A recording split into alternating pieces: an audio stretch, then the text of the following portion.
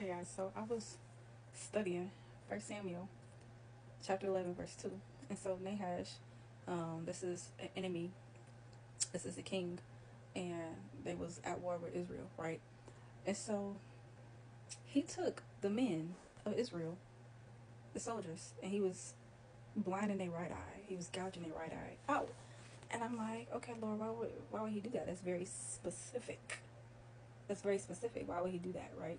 And so it was very strategic. It was a very military tactic, and it was very symbolic, especially in that culture. So it was a military strategy because majority of people, so like how majority of people were right-handed.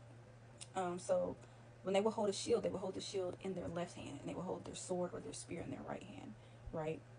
And so the right eye was basically the eye that was used primarily in battle, basically. So the left eye was like basically partially used because it's the thing that's covered.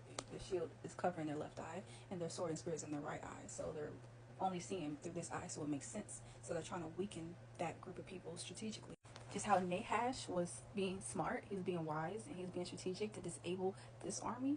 The devil is doing the same thing to you, to your family, and your relationships, and your jobs, whatever it is. He is trying to be strategic to disable you, to cripple you. Okay, stay with me. So something else I found interesting about Nahash is that so the children of Israel they were losing obviously, and they're like, hey, let's go get our brothers and sisters for help, right? And Nahash agreed. He said, go ahead, bring more people. And I thought, why would he do that if he's already winning? It's because his pride. He was overly confident. They didn't have a strong centralized leader at that time, so Nahash thought that he had the upper hand. It also could have been an intimidation tactic. Like he probably assumed nobody would come, and that just made the people more terrified. Or even again a prideful delay of him wanting.